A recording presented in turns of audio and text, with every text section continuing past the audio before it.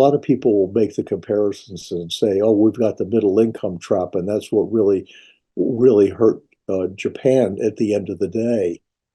But China is a far less developed country than Japan was when it was going through its economic struggles.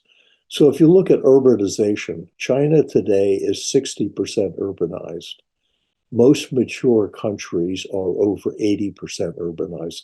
That's a huge lift in productivity when you've got another 20% of the population that's yet to be urbanized. The same thing is true on income. You know, if you look at Japan by comparison, Japan's income per person was not that different from the income in the United States. In China today, the income and GDP are both about a third of where the US's income and GDP are, which means there's an enormous amount of headroom going forward. So if I put all those pieces together and say, okay, here's the country with a track record of getting things done, an approach to governance with a quality of leaders, and an approach to making decisions, both strategic and operational, that leads to high levels of execution.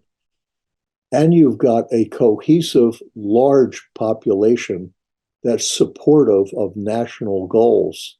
So if I think about, you know, going back to the theme in the beginning, has China peaked? If you believe, like many in the West do, that China only succeeded because of stealing IP from the West and unfair trade deals, and has never really demonstrated the ability to innovate, that's a good story, but it doesn't square with the facts.